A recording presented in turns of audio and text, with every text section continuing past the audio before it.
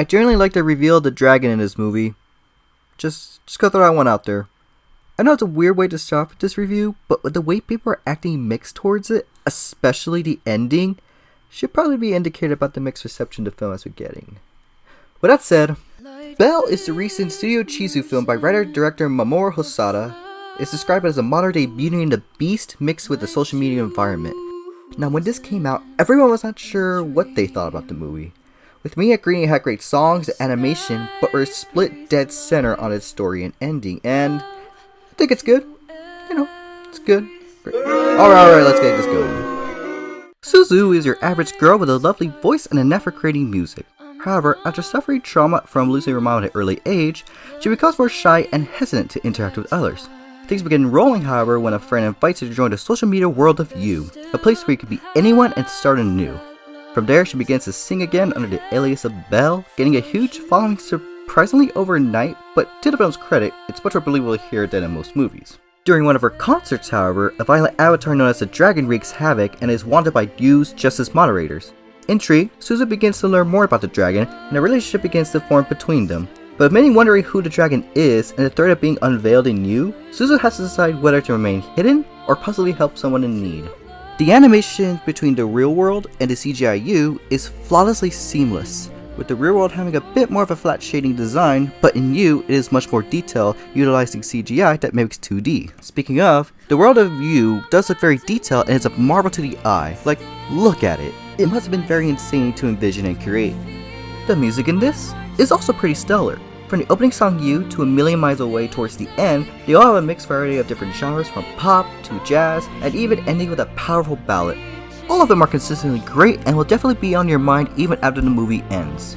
I also want to give a big shout out to the English dub's voice actress, Kylie McNeil, because her singing voice is just so beautiful and I was surprised by how uncanny both her and the Japanese actress Kaho Nakamura sounded alike. Like, give a listen to this opening song.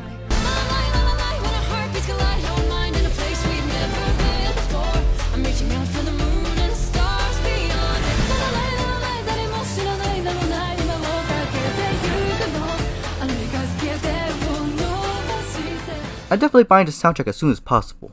With that said, I do think there are some glaring problems that keep Belle away from being a true masterpiece. For one, we never really understand what You is. Even from the opening, it says how it's a virtual community where you can start anew with many possibilities, but like, what exactly? And there's also this police superhero forcing you that are just there, with only the main one, Justin, having much more screen time, but not much development, and kinda disappears in the end. It had me asking throughout, what do you do? To me, I feel like the world in Oz and Summer Wars is a bit more engaging because of the real-life connection it has with its users and everyday use, in that when the virus hits, the stakes become much more bigger and affects nearly everyone and everything. In You, the biggest stake is the possibility of being doxxed, which is a big risk, but not really explored until the very end of the movie. With that said, I do think it's great more films like this and The Mitchells vs. Machines are showing the pros and cons of social media fairly and not being completely one-sided. The characters in this are pretty good, and the arcs between them are engaging to watch, but it's not exactly nothing to write home about. I do think there are some nice inversions with the character tropes, like with the one popular girl actually being nice to the main character instead of being the typical mean girl we've seen multiple times in movies. Also, Suzu's friend and the boat guy were definitely the MVPs of the movie.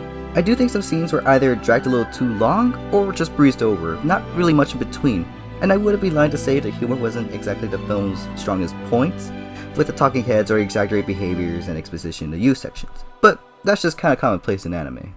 However, one of the biggest problems with this movie, unfortunately, is with its story, particularly with the Beauty and the Beast parallels. For the most part, I didn't mind it at first. I was actually open to this idea of a fairy tale adapted to the modern setting, like Ponyo is to the Little Mermaid. The thing is, I just don't think there is much development between Belle and the dragon to see a common connection between them. The most we get is the dragon shutting out Belle constantly, saving her, and then its dance. All of it was done fairly well, but there wasn't enough to make me say, yes, these two have a common connection. And I don't want to compare this to the Disney film, but they had more common connection despite the shorter runtime. If anything, the real-world segments were much more engaging since they had much more consequences. Although, with that said, I think the reveal of who the dragon is what saves this movie. Without giving too much away, from this moment, the movie just clicked with me, and it had me engaged until the very end. From the final concert, the messages and themes it was building towards to, down to the confrontation, it was just a marvel to behold and see it all come together. It became clear to me about the emotional arc of Suzu and her mom, and that Belle is a love story, not in a girl meets boy way, but in self-love. And what could I even say about the concert and the final song? It was just so beautiful and emotional that I would be lying to say if I didn't almost tear up. In the end, it pains me to say that Belle is just a good movie, because deep down, I know I could have loved this movie. It always felt like it was one step away from being truly amazing.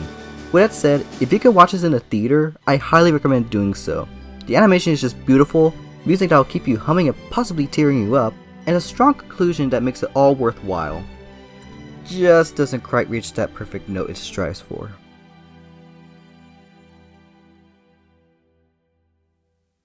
Hey guys, Eric here. I just want to get a big thank you for checking out this video, and if you haven't, like and subscribe, and suggest what I should review next, and I'll see you all on the flip side.